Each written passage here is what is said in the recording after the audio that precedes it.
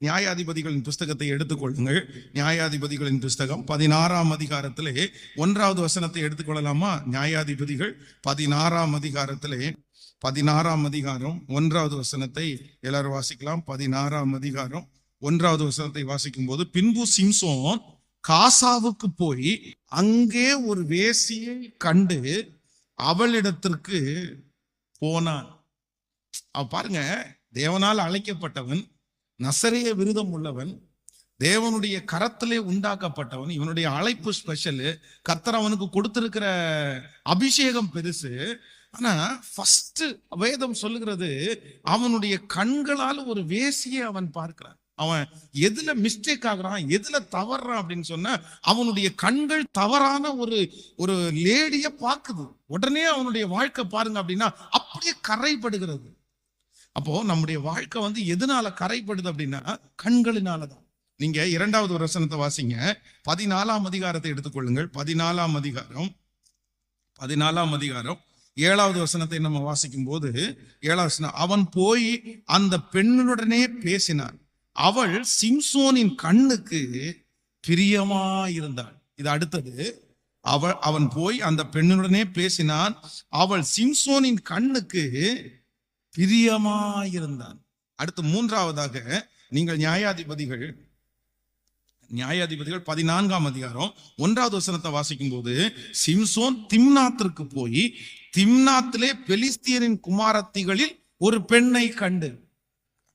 கவனிங்க, பெண்ணை கண்டு, ஃபர்ஸ்ட் ஒரு பெண்ணை பார்த்தா, அடுத்து ஒரு பெண்ணை கண்டு, அடுத்து ஒரு பெண்ணை கொண்டு. அப்போ இவ்வளவு பலசாலியான ஒரு மனுஷன் தன்னுடைய வாழ்க்கையிலே விழுந்து போறதற்கு என்ன காரணம் அப்படின்னு சொன்ன, அவன் தன்னுடைய கண்களால பார்த்ததுதான் காரணம். ஆனா ரொம்ப கொடுமையான ஒன்று என்ன அப்படின்னா, இவன் கண்ணுனால தப்பு பண்ணானா? கண்ணுனால அவன் சரீரம் முழுவதும் இருள் அடைஞ்சிருச்சா? இவங்க பெலிஸ்தியர் அவனை பிடிக்கும் போது என்ன பண்றாங்கன்னா, நியாயாதிபதிகள் 16ஆம் அதிகாரத்துல 16ஆம் அதிகாரம் நீங்கள் 21வது வசனத்தை வாசிப்பீர்களே ஆனால், 16ஆம் அதிகாரத்திலே 21வது வசனத்தை வாசிக்கும் போது, பெலிஸ்தியர் அவனை பிடித்து அவன் கண்களை பிடுங்கி அவனை காசாவுக்கு கொண்டு போய் அவனுக்கு 2 வெண்கல விலங்கு போட்டு சிறைச்சாலையிலே மாவரத்து கொண்டிருக்க வைத்தார்கள். ஹலோ, இவன் தன்னுடைய கண்களினால தவறு செய்தவன், கண்களினால ஆண்டவருக்கு பிரியமற்ற வாழ்க்கையை வாழ்ந்தவன். ஆனா இந்த பெலிஸ்தியர் சத்துரு முதல்ல அவனை பிடிச்ச உடனே எதை மட்டும்தான் புடுங்கிட்டான் அப்படின்னு சொன்னா, அவனுடைய கண்கள் 2ஐயும் புடுங்கிட்டாங்க. ஏன்? காலை முறிச்சிருக்க வேண்டியதானே, கையை முறிச்சிருக்க வேண்டியதானே, எதுக்கு கண்களை பிடுங்கணும்? அப்ப நான் நம்புறேன், பிசாசை பொறுத்த வரைக்கும் எந்த காரியத்தினால நம்மளை பாவம் செய்ய தூண்டுகிறானோ, எந்த காரியத்தை வைத்து நம்மை அடிமைப்படுத்துகிறானோ, எந்த காரியத்தை வச்சு பணத்தை கொடுக்கிறானோ, எந்த காரியத்தை வச்சு பொருளை கொடுக்கிறானோ, அதே காரியத்தை வைத்துதான் நம்மளை அழிக்கணும்னு நினைப்பான். அப்போ இங்க அவனுடைய கண்கள் பிடுங்கப்படுகிறது. கண்கள் பிடுங்கப்பட்டதுக்கு அப்புறம் அந்த பலம் இருந்தும் அவனுக்கு என்ன ஆச்சு அப்படின்னா, அது யூஸே இல்லாம போயிடுச்சு. சிம்சோனை பார்த்தால் பயந்து நடுங்குவாங்க. அவன் வர்றான்னு சொன்னா யாருக்குமே அல்லு இருக்காது. கழுதையினுடைய தாடை எலும்பிலே 1000 பேரை கொன்றவன் அல்லவா, சும்மா விட்டுருவாங்களா? ஆனா இன்றைக்கு தன்னுடைய 2 கண்களும் பிடுங்கப்பட்டதுக்கு பிற்பாடு வேடிக்கை காண்பிக்கிற பொருளாய் மாற்றப்பட்டு விட்டான். அவனுக்கு கண்ணு தெரியல. உன்னை குத்துனவன் யார் சொல்லுப்பா, உன்னை இடிச்சவன் யாரு சொல்லுப்பா, உனக்கு முன்னாடி இருக்கிறவன் யாரு சொல்லுப்பா. இவ்வளவு பலசாலியா இருந்த மனுஷன் அவர்களுக்கு முன்பாக கூனி குறுகி போய் நிற்கிறான். காரணம் என்ன அப்படின்னா, தன்னுடைய கண்களை மனம் போன போக்குல விட்டதுதாங்க காரணம். உங்க கண்ணு சொல்றதெல்லாம் நீங்க பாத்திரக்கூடாது. நீங்க என்ன பண்ணணும் அப்படின்னா, உங்க கண்களை கண்ட்ரோல் பண்ணணும். உங்க கண்களை கண்ட்ரோல் பண்ணணும். பிசாசு அப்படிதான் சில இடத்துல முயற்சி எடுப்பான். அவங்க கண்களால பார்க்கிறதுக்கு உங்களை உற்சாகப்படுத்துவாங்க. இல்ல இந்த நீங்க இதை அப்படியே திருப்பி போட்டு பாத்தீங்க அப்படின்னா, ஃபர்ஸ்ட் 14ஆம் அதிகாரம் 1வது வசனம், அப்புறம் 14:3, அதுக்கப்புறம் 16:1, இது எல்லாத்தையுமே பாத்தீங்கன்னா ஃபர்ஸ்ட் கண்களால பார்த்து, 2வது பாத்தீங்க அப்படின்னா மனசுக்குள்ள வச்சு, 3வது அடிமையாகிற. அப்போ கண்களில் ஒரு காரியத்தை நம்ம பார்க்கும் போது ஃபர்ஸ்ட் கண்ணுல பாக்குறோம். அடுத்ததுக்கு அப்புறம் நம்ம என்ன பண்றோம் அப்படின்னு சொன்னா, நம்முடைய இருதயத்துல வச்சு யோசிக்க ஆரம்பிக்கிறோம். 3வது அது என்ன பண்ணுதுன்னா, அதே பிரச்சனை நமக்கு அடிமையா மாறுது.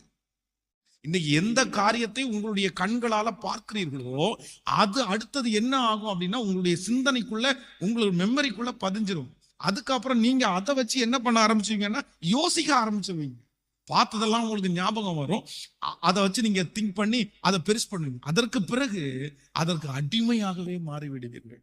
ஆண்டவரே, எனக்கு இந்த சிம்சோனுடைய நிலைமை எனக்கு என்ன பண்ணிடக்கூடாதுன்னா வந்துடவே கூடாது, வந்துடவே கூடாது. எனக்கு ஒரு கிருபை கொடுங்க ஆண்டவரே. என்னுடைய கண்கள் எல்லாம் நான் எப்படி இருக்கணும் அப்படின்னா ரொம்ப கவனமா இருக்கும். கல்யாணமானவர்களுக்கும் நான் சொல்றேன், நீங்கள் தகப்பனா இருப்பீர்கள், தாயா இருப்பீர்கள், கேர்ஃபுல்லா இருங்க, ரொம்ப கேர்ஃபுல்லா. இன்னொருத்தரை உங்களுடைய கண்களினால பிடிக்க விடக்கூடாது. உங்களுடைய கண்களினால இன்னொருத்தருடைய அழக நீங்க ரசிக்க கூடாது. அது தவறு, ரொம்ப தவறு. அது தவறான இடத்துல உங்களை வழி நடத்தும். அது பாவமான இடத்துல உங்களை கொண்டு போய் நிக்க வைக்கும். சிலருக்கு கல்யாணம் ஆனதுக்கு அப்புறம் ஒரு பெரிய கான்பிடென்ட் வந்துருது. அதான் நம்மளை யாரும் தப்பா நினைக்க மாட்டாங்களே. ஒரு வாலிப பையன் அப்படின்னு சொன்னா அந்த வாலிப பையன் ஒரு பொண்ணோட பேசிட்டு இருந்தாலோ, ஒரு வாலிப தங்கச்சி ஒரு பையனோட பேசிட்டு இருந்தாலோ உடனே அந்த உலகம் வித்தியாசமா பார்க்கும். அதுவும் இன்னைக்கு இருக்கிற காலங்கள் அப்படி பாக்குறது இல்லை. ஆனா கொஞ்சமாவது ஒரு வித்தியாசமா பார்க்கும். அவர் ரொம்ப நேரம் பேசிட்டு இருந்தாங்கன்னா ஏன் இவங்க பேசுறாங்க அப்படின்னு பார்க்கும். ஆனா ஒரு கல்யாணமான ஒரு நபர் பேசிட்டு இருக்கும்போது அது ஒரு பெரிய விஷயமா இருக்குது. ஏன் அப்படின்னா நிறைய பேருக்கு கல்யாணம் ஒரு பெரிய அங்கீகாரத்தை கொடுத்தது. இவங்களுக்கு தான் மேரேஜ் ஆச்சு, இவங்களுக்கு தான் மேரேஜ் ஆச்சு.